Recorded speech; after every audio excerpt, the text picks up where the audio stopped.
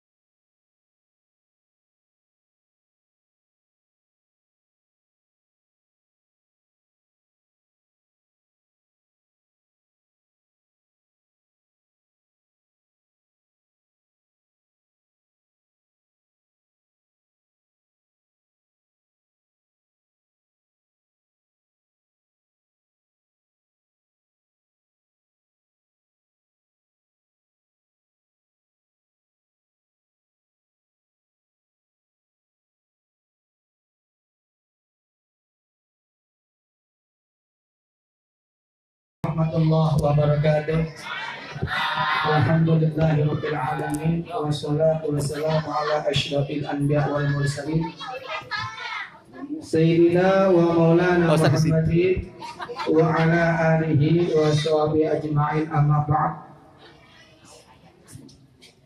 Yang saya hormati tuan rumah, yaitu Bapak Nurdin Alamsah beserta keluarga, dan juga keluarga besar Bapak Haji Abdul Rahim. Yang saya hormati Ketua apa nih, Peguyuban apa Pak? Forum Silaturahmi. Forum Silaturahmi keluarga besar Haji Pendek. Haji Pendek. Mudah-mudahan dan para bapak-bapak, para jamaah dan ibu-ibu sekalian, alhamdulillah pada hari ini menjelang hari siang ini kita masih bisa berkumpul di tempat yang mulia ini dalam rangka silaturahmi keluarga besar Bapak Haji Pendek. Dan yang kedua yang saya hormati Akhil Hajirom, Bapak Deni dan yang lainnya. Alhamdulillah pada hari ini keluarga besar yaitu Bapak Nurdin ada beberapa rangkaian acara. Di antaranya yang pertama beliau itu mengakikahkan, yaitu diakikahkannya saudara kita yaitu Bapak Nurdin. Berbicara akekah itu hukumnya sunnah muakkadah. Sunnah muakkadah bagi orang tua yang mempunyai kelebihan rezeki untuk mengakekahkan anaknya. Berapa? Biasanya kalau laki-laki 2, kalau perempuan 1. Kalau laki bisa dicicil Bu, Bapak, kalau kita misalnya cuma ada satu dulu, nanti belakangan 1 lagi boleh. Itu hukum akekah. Kata Nabi, kullu gulamin murtahinun bi akikatihi. Setiap anak yang lahir tergadai dengan akekahnya. Maksudnya tergadai dengan akekahnya, si anak tadi susah untuk memberikan syafaat kepada kedua orang tuanya apabila anaknya belum diakekahkan. Nah, kapan diakekahkannya? Kalau bisa di hari ke-7, hari 14, hari ke-21 sampai 40. Kalau nggak ada, masih ada kunat bagi orang tua untuk mengakekahkannya sampai usia balik si anak. Nah, bagaimana kalau udah usia balik? Boleh kita sendiri. Kita mengakekahkan diri kita sendiri apabila belum diakekahkan oleh orang tua kita. Kalau sekarang kita mungkin ketika kita lahir orang tua kita belum mempunyai rezeki untuk mengakekahkan kita, boleh kita mengakekahkan untuk diri kita sendiri. Itu akekah. Acara yang kedua pada hari ini adalah hari ulang tahun. Beliau punya putri yang bernama siapa? Naila Putri Alamsah. Jadi beliau juga hari ulang tahun yang ke-5. Ya, yang ke-5 tahun. Mudah-mudahan putrinya yang diulang tahun karena hari ini kita doakan mudah-mudahan dijadikan anak yang solehah, anak yang berbakti kepada agama, berbakti kepada kedua orang tua, dan anak yang berguna bagi nusa dan bangsa. Ini kalau bicara anak ini adalah titipan. Kenapa titipan? Akan dimintakan pertanggungjawaban oleh Allah kepada anak kita. Makanya hadis mengatakan hakul walad alal waladi faladun. Ada kewajiban kita nih orang tua kepada anak kita ada 3. Yang pertama an yusmiya bi ismin hasanin. Kewajiban orang tua yang pertama kali kepada anak, berikan nama anak yang bagus, anak yang sesuai dengan syariat agama. Boleh nama nabi, boleh nama ulama-ulama besar. Jangan sembarangan kita memberikan nama kepada anak. Innakum satud'auna yaumal qiyamati bi asma'ihim wa asma' abaihim. Nanti kita dipanggil pada hari kiamat menggunakan nama-nama kita kok. Atau nama bapak kita, ibnu apa, bin apa. Itu makanya nama yang paling bagus adalah diantara nama-nama para nabi. Baik dari zaman Nabi Adam sampai nama Nabi Muhammad. Atau Abdullah dan nama-nama Allah. Itu nama-nama yang bagus menurut pandangan agama. Jadi kewajiban orang tua yang pertama adalah memberikan nama kepada anak yang bagus. Karena nama adalah doa. Nama anak itu doa buat kita. Misalnya Hasan, mudah-mudahan jadi anak yang baik. Jadi kewajiban orang tua yang pertama, berikan nama kepada anak yang bagus. Yang kedua, kewajiban kita terhadap anak kita, wa an yu'allimal Qur'an wal adab wal ilma. Kewajiban yang kedua orang tua kepada anaknya adalah mengajarkan Al-Quran dan adab-adaban dan ilmu. Jadi ulang lagi, kewajiban orang tua yang kedua, wa an yu'allimal Qur'ana wal adaba wal ilma. Ajarkan kepada anak nih kepada anak kita baca tulis Al-Quran. Jangan sampai kita punya anak nggak bisa membaca Al-Quran. Karena kewajiban kita didik anak kita. Kira-kira udah mau masuk TK atau PAUD atau TPA, masukin anak kita. Jangan sampai mereka nggak bisa baca Quran, dosa. Fa'idza lam yu'allimal Quran yustajabul uqubatu di yaumil qiyamah. Orang tua yang tidak mengajarkan anaknya baca Al-Quran, maka diwajibkan orang tua itu mendapatkan siksa dari Allah pada hari kiamat. Jadi kewajiban yang kedua nih, kita punya anak, mudah-mudahan biar bisa semua, biar gampang didiknya. Kedua, jadi baca apa? Mengajarkan baca Al-Quran. Yang ketiga, kemudian wal adab-adaban, adab kepada bapaknya, adab-adaban kepada orang lain, adab makan aja ada adab-adabannya. Ajarin sebelum makan baca Bismillah, kan gitu. Makan dengan tangan kanan. Kalau makan segelas jangan langsung apa? Jangan langsung habis 3 kali minimal. Salah satu askas. Kalau kita minum 1 gelas minimal 3 kali. Kenapa? Jangan sekaligus gegap itu nggak boleh. Karena membahayakan buat ginjal kita. Maka Nabi mengajarkan minum itu jangan sekaligus habis gelas. Minimal banget kalau kita haus 3 kali nafas. Nggak berhenti. Kalau lagi baca Bismillah, itu adab-adaban. Ada istinja. Jangan sembarangan anak kecil misalnya sembarangan, jangan. Nanti dia masuk ke dalam rumah kita, kakinya kotor, nanti kita sembahyang misalnya. Kalau pakai sendal, kalau kagak, nanti mungkin najis, nggak sah sembahyang kita. Ajarkan adab. Yang ketiga, wal ilmu, ajarkan ilmu tentang sembahyang, ilmu tentang wudhu, itu kewajiban orang tuh. Tapi kalau nggak sempat, orang tuanya nggak sempat untuk mendidik, masukin anaknya kemana? Ke pengajian, supaya bisa tuh anak itu.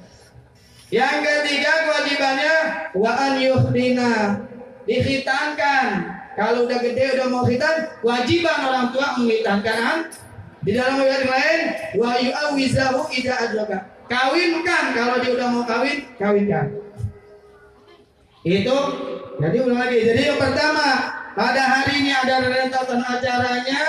Yang pertama diakekahkannya Sohibul Bait Bapak Nurdin. Yang kedua ulang tahun.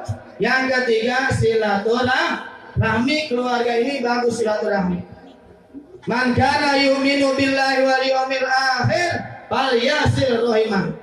Siapa orang yang beriman kepada Allah dan hari akhir, maka dia mesti menyambungkan tali silaturahmi. Kumpulnya kita di bapak-bapak, ibu-ibu, keluarga besar Haji Bedek, mudah-mudahan menyambungkan tali silaturahmi.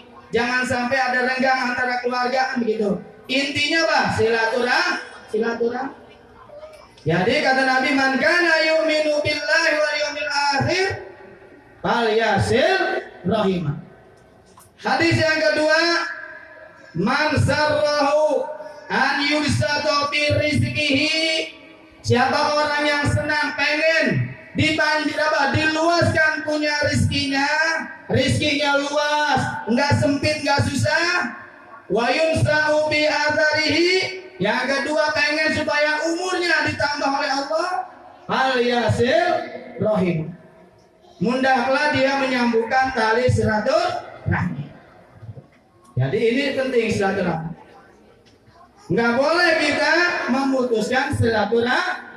Hati memutuskan silaturahmi enggak nanya tuh. Kita marah-marahan sama saudara enggak boleh. Hukumnya haram, enggak boleh.